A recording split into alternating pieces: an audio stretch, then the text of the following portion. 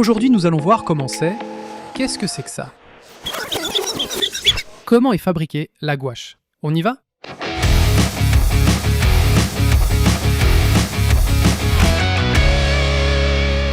Nous sommes ici à São Bernardo do Campo, dans la région métropolitaine de São Paulo, dans cette usine qui est probablement la plus colorée où nous mettrons jamais les pieds dans notre vie.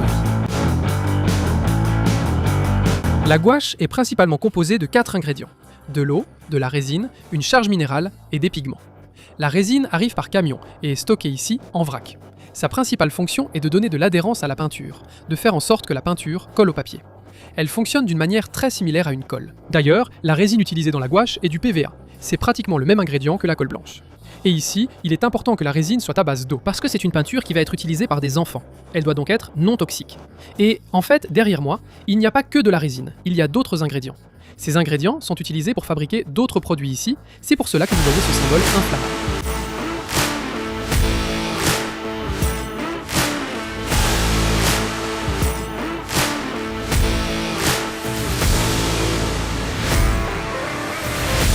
Ceci est la charge, sa fonction est de rendre la peinture opaque. Sans elle, la peinture serait un peu transparente.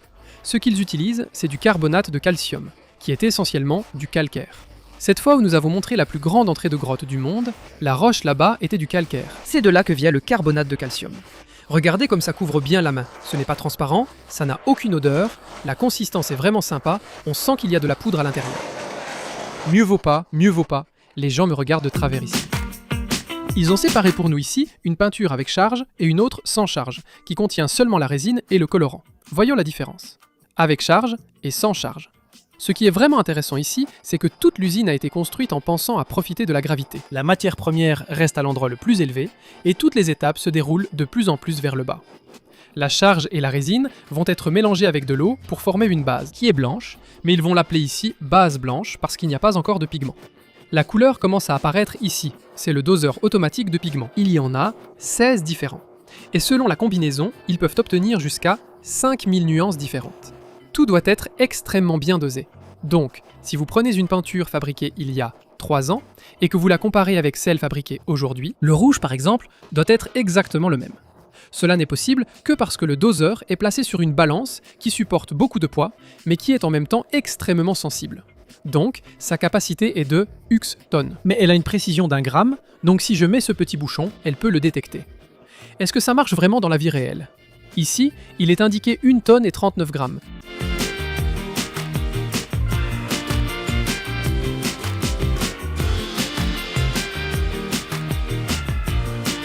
J'ai marché sur la balance pendant que j'enregistrais, ça a perturbé le dosage ici, et en plus, ça a volé. Le détail, c'est que ceci est du pigment pur, il en faut très peu dans la peinture, tout va dans le petit bouchon.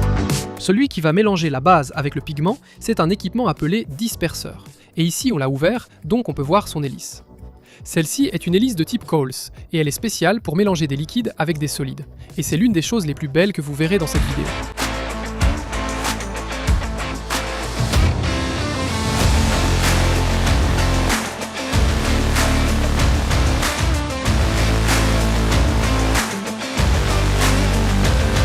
C'est vraiment hypnotisant.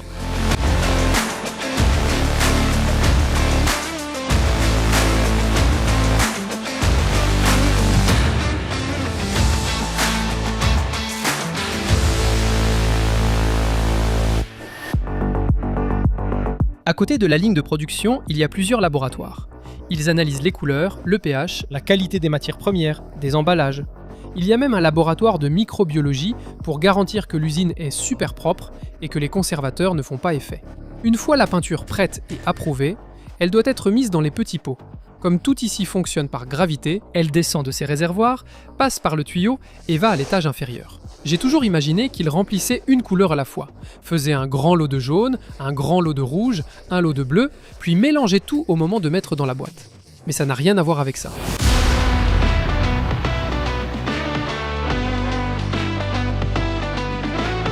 Ce sont des milliers de petits pots qui doivent être organisés en file. Stop, stop, stop! Les petits pots sont aussi fabriqués ici, dans une unité parallèle. Jetons un coup d'œil ici, puis on revient à la peinture. La matière première, c'est le PE qui arrive ici sous forme de granulés blancs. Dans la machine à injection, ils enlèvent l'humidité, le plastique fond, devient transparent et est poussé dans un moule pour faire la préforme. C'est ce petit truc bizarre ici. Il va être chauffé, étiré et soufflé de l'intérieur vers l'extérieur. Et là, il prend sa forme finale. Une seule machine comme celle-ci fabrique 1000 de ces petits pots par heure. Le couvercle est aussi fabriqué ici, dans un processus un peu différent. Le pigment va être mélangé avec le plastique dès l'entrée de la machine. Ensuite, ils fondent. Puis, la machine sépare de tout petits morceaux de plastique fondu qui vont être placés dans un moule et pressés. Cette méthode de production garantit qu'il n'y aura aucune bavure. C'est différent de l'injection plastique. Ensuite, une caméra va vérifier si la couleur est correcte et si la forme est parfaite. Et les couvercles passent par un refroidissement. Maintenant, revenons à la peinture. La peinture est injectée par l'eau de 24, avec 6 couleurs différentes, dans la quantité exacte. Et ce qui est le plus impressionnant, c'est qu'il n'y a aucune éclaboussure. Tout est extrêmement propre. Même en remplissant 500 flacons par minute, le petit pot plein va vers une capsuleuse. Et ici, le rythme est encore plus rapide. Imaginez devoir visser tout ça avec la bonne force. Pour garantir qu'il n'y aura pas de fuite, une caméra photographie chaque article et l'analyse. S'il y a un problème, elle le met de côté. L'emballage est entièrement réalisé par un robot. Sur le côté, les boîtes ouvertes arrivent. Elles sont petit à petit refermées. Jusqu'à ce qu'elle rencontre l'ensemble de 6 petits pots de couleurs différentes, un piston ajuste le tout, la boîte se ferme. Et un petit canon à encre appose la date de péremption. L'imprimante de la date de péremption est vraiment géniale, parce qu'elle détecte la boîte qui arrive et projette l'encre à distance. Voyons si je peux faire ça sur ma main. Je suis valable jusqu'en 2027. La machine suivante est une selleuse, qui enveloppe 12 petites boîtes avec du plastique. Elle chauffe et le plastique rétrécit. Chaque boîte en carton sort avec 72 scellés, soit 72 petites boîtes ou 432 petits pots de gouache. Je vais vous dire que je n'aime même pas trop montrer le stock à la fin de la vidéo.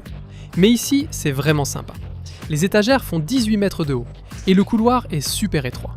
Parce que personne n'y entre. Le stockage est fait par des robots qui connaissent l'adresse de chaque boîte. Non seulement au moment de ranger, mais aussi lorsqu'il s'agit de retrouver les produits de chaque commande. D'ici, cette peinture va partir vers des papeteries, des maisons, des écoles, de tout le Brésil et vers 30 autres pays. La peinture qu'on vient de voir être produite, elle peut se retrouver dans une œuvre d'art, dans une maquette d'école, ou même dans ce dessin que tu as fait en première année d'école, et que ta mère garde encore aujourd'hui.